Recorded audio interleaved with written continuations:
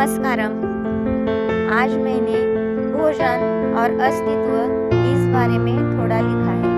तो भोजन बिन जीवन की कल्पना जैसे बिन जल की धार, सृष्टि की हर एक संरचना में इसका ही आधार। हर जीव यहाँ है प्यासा, हर जीव की अपनी भूख, पर गौर से देखो तो दिखेगा एक गहरा अनजाना रूप। भोजन बिन जीवन की कल्पना जैसे बिन जल की धार, सृष्टि की हर एक संरचना में इसका ही आधार। हर जीव यहाँ है प्यासा, हर जीव की अपनी भूख, पर गौर से देखो तो दिखेगा एक गहरा अनजाना रूप।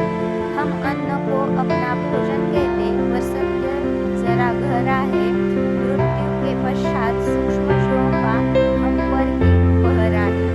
जिसे हमने खाया कल तक वही हमें फिर खाता है।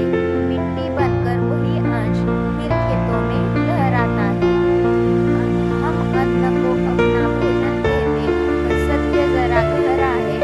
मृत्यु के पश्चात सूक्ष्म जीवों का हम पर ही पहरा है। जिसे हमने खाया कल तक वही हमें फिर खाता है। मिट्टी बनकर वही अंश फिर खेतों में लहराता है। वो चावल जो हम खाते हैं वो मिट्टी से ही आता है। इसी मिट्टी में मिलकर मानव फिर चावल बन जाता है। सदियों से ये चक्र निरंतर बस यूं ही चलता रहता है। सद्गुरु कहते मुक्ति खोजो, पर बंधन फलता रहता है। वो चावल जो हम खाते हैं वो मिट्टी से ही आता है। उसी मिट्टी में मिलकर मानव फिर चावल बन जाता है। सदियों से ये चक्र निरंतर बस यूं ही चलता रहता है। सद्गुरु कहते मुक्ति खोजो, पर बंधन फलता रहता है। युगों युगों से इस चक्र से बचना सबसे कठिन काम। स्वादों में हम उलझे रहते सुबह दोपहर और शाम। व्यंजन अनगिनत, विधियां अनेक है देशों की अपनी रीत, पर भोजन का असली सच तो है जीवन का शाश्वत संगीत। युगों युगों से इस चक्र से बचता सबके कठिन काम। स्वादों में हम उलझे रहते सुबह दोपहर और शाम। व्यंजन अनगिनत, विधियां अनेक है देशों की अपनी रीत, पर भोजन का असली सच तो है जीवन का शाश्वत संगीत। जैसा अन्न वैसा ही मन, सात्विक विचार तब आएंगे जब शुद्ध भाव से भोजन कर हम हीरे से चमक पाएंगे। खलनायक सा मन होगा यदि तामस भोजन को खाया। तर्क भी यही कहता है प्यारे, जैसे ऊर्जा वैसी काया। जैसा अन्न वैसे ही मन, सात्विक विचार तब आएंगे जब शुद्ध भाव से भोजन कर हम हीरे से चमक पाएंगे। खलनायक सा मन होगा यदि तामस भोजन को खाया। तर्क भी यही कहता है प्यारे, जैसी ऊर्जा वैसी काया।